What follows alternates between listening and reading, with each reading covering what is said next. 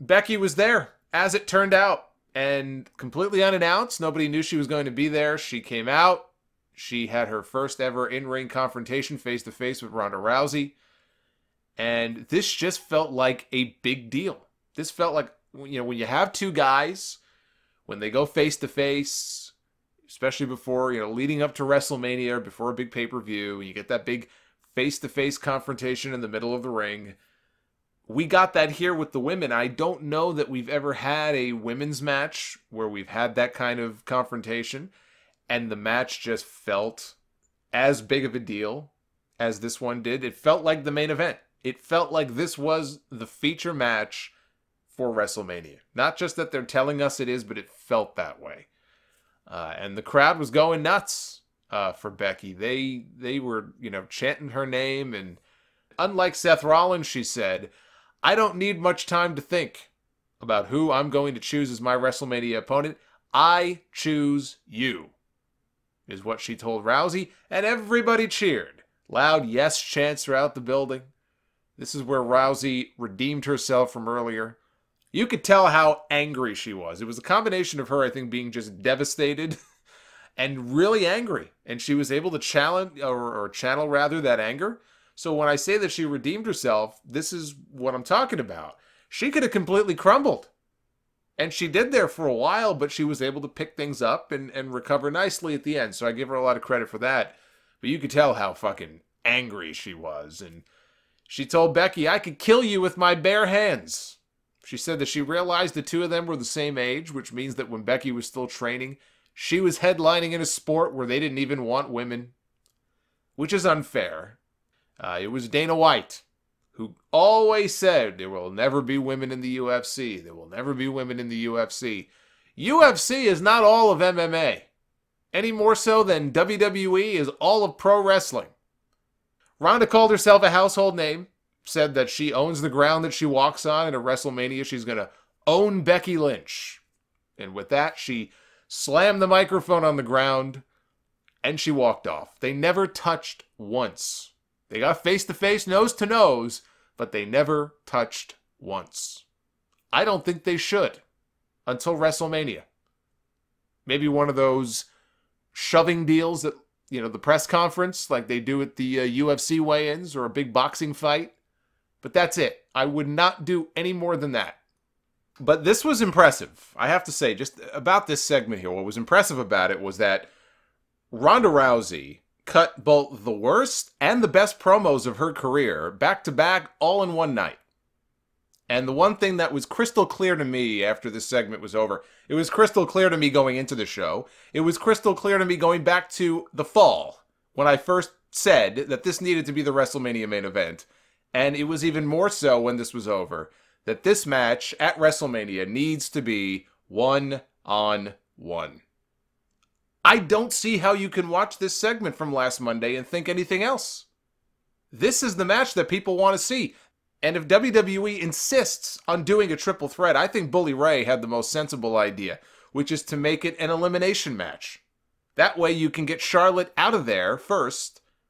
She gets to say, "Oh, I was part of the first ever WrestleMania women's main event," which WWE is just itching to get her in there, so that they can say that Charlotte Flair was part of the first ever women's WrestleMania main event. That's what they would love to be able to say. In this scenario, elimination style, you get Charlotte out of there first. She gets to be part of the match, but we also then get to see Becky and Ronda one-on-one. I still don't think that Charlotte needs to be in there. I would not do it, but that would be at least the sensible way of handling things if it had to be a three-way. That way, Ronda can submit Charlotte, get revenge for her for the attack at Survivor Series. Ronda gets a win. And then Becky gets to beat Ronda and take her title. And everybody leaves happy. But based on what happened between Charlotte and Becky on SmackDown this week, it seems to me like they're heading for a match at Elimination Chamber. And if so, here's how I would do things. They have a match at the next pay-per-view. It goes to a no contest, a no decision of some kind. Charlotte comes out on TV, she makes the case that, hey, I deserve this match with Ronda Rousey every bit as much as Becky does. Now, I'm not usually one for dumb baby faces putting their WrestleMania title shot on the line before the big show. So what I would do is I would have the rematch at the next pay-per-view after that, which is Fastlane. A lot of people forget there's another pay-per-view in March, as if we need 2 pay-per-views between now and WrestleMania. We've got 2. We've got Elimination Chamber, and next month we have Fastlane. So at Fastlane, you have a rematch between Charlotte and Becky, only this time, instead of just putting her WrestleMania title shot on the line, which is stupid, what's on the line is an opportunity for Charlotte to be added to the main event, to earn a spot in the WrestleMania main event. Not that Becky would lose her shot, but that if Charlotte wins, it becomes a triple threat match. And you know that there would be fans sweating bullets, all pissed off. They're going to do it. They can't help themselves. They're going to have Charlotte win, of course. And she's going to be added to the main event of WrestleMania. Only not. Only in the end, Becky wins. And it's one-on-one. Becky and Ronda at WrestleMania. Now, what I love about this idea is you get not 1 but 2 pay-per-view matches between now and Mania. You got to kill time somehow. These women are going to be on the show somehow. So why not get a couple more matches out of it between Charlotte and Becky? They had a pull-apart brawl last Tuesday. So there's still a lot of bad blood there. You kill 2 pay-per-view matches in the meantime.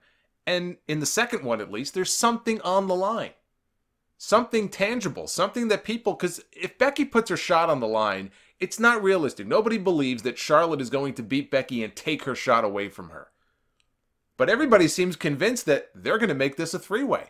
I think it would be genius. You play off the fans' emotions, you play with them, you toy with them, you make them sweat a little bit. But in the end, you swerve them and you give them what they want. What it also does is it makes Becky that much stronger that she gets a big, just straight up win over Charlotte going into WrestleMania. And maybe they could finally put this to bed. Charlotte puts her hand out, says, "You've earned my respect." Because if they ever do want to do the whole horsewomen thing, they got to be unified here. They can't hate each other forever. Charlotte puts the hand out, gives Becky the endorsement, says, "Congratulations, you earned my respect. Now go to WrestleMania and kick Ronda's ass and take her title."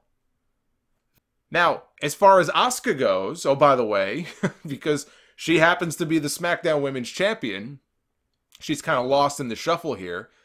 What do you do with her in the meantime? There's no great option because on SmackDown, on the women's roster, it's so thin.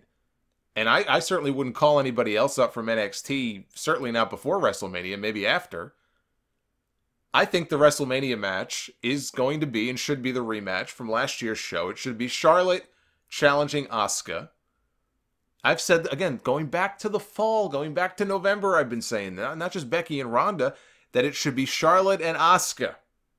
WrestleMania rematch. My mind has not changed in the last 4 months.